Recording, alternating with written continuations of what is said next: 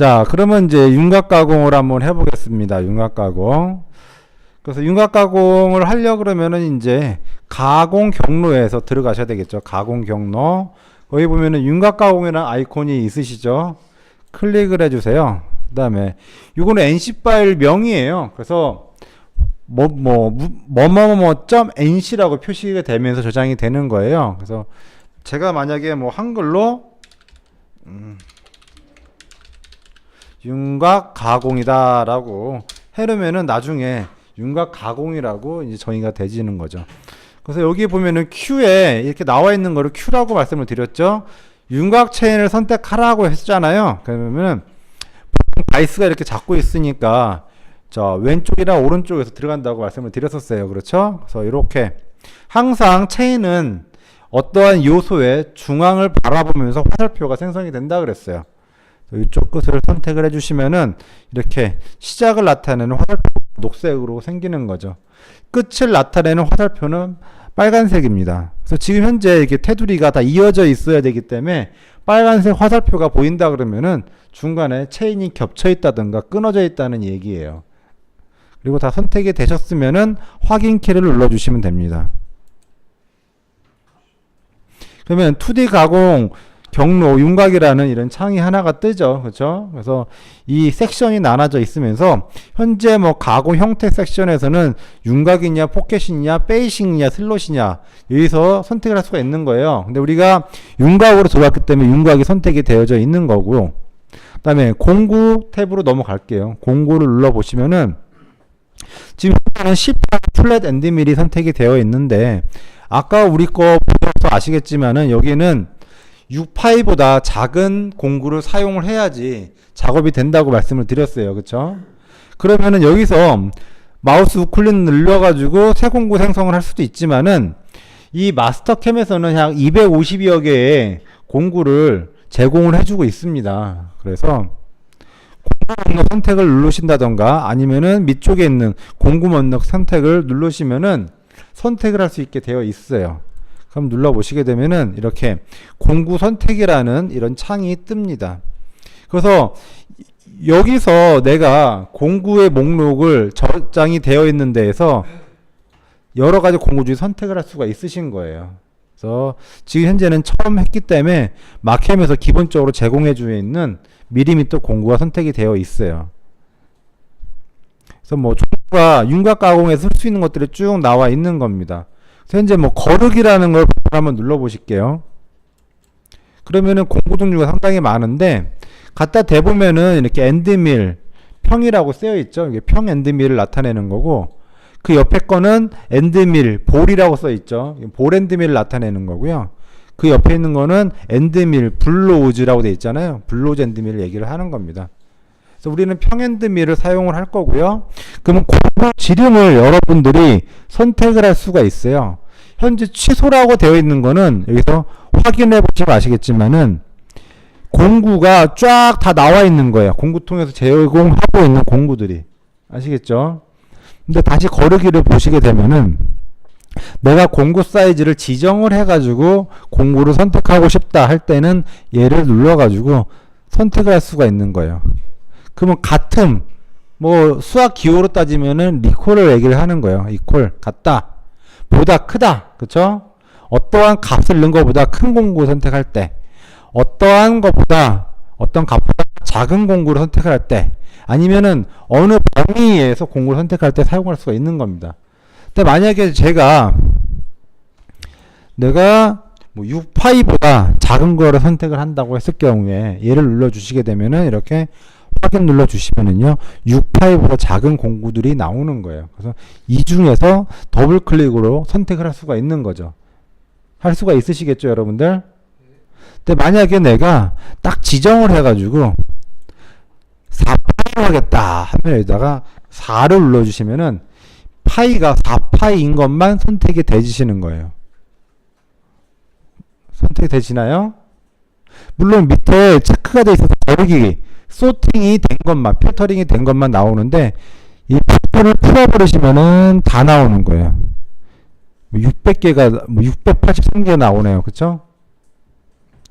그래서 거르기가 선택이 되어 있어야 되고, 근데 만약에 다른 옵션으로 사이다 그러면은 여기에서 여기까지인 거예요. 그래서 만약에 뭐 2파이부터 6파이까지다라고 하면은 2파이부터 6파이까지 공구들 중에서 내가 선택을 할 수가 있게 되는 거죠.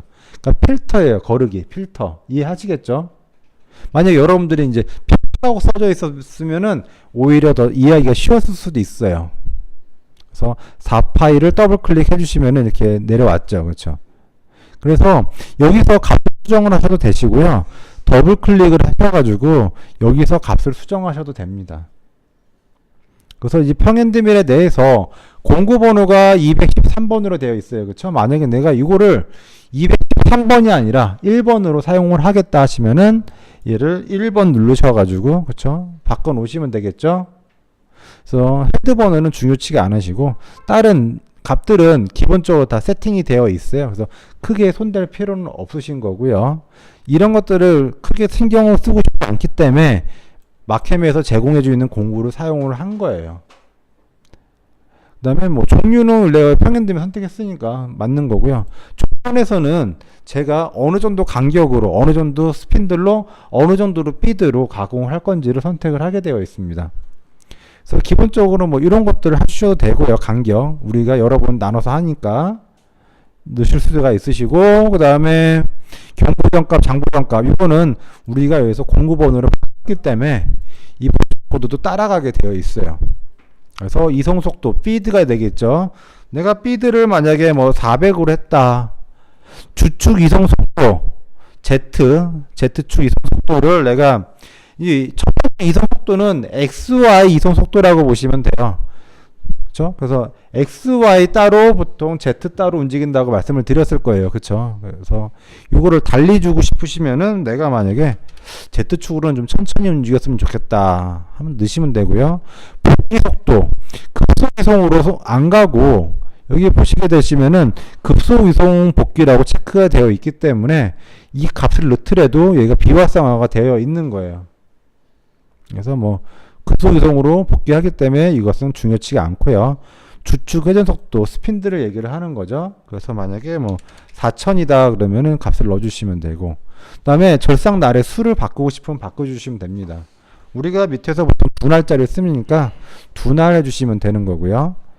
그리고 뭐 쿨런트를 쓰겠다 그러면 쿨런트를 누르셔가지고 여기서 ON을 해주시면은요, 나중에 NC 코드를 출력할 때 N08이 실제적으로 나가는 거고, 이전이냐 이후냐 요거에 따라서 N08 나간 다음에 위치가 틀려지는 거예요.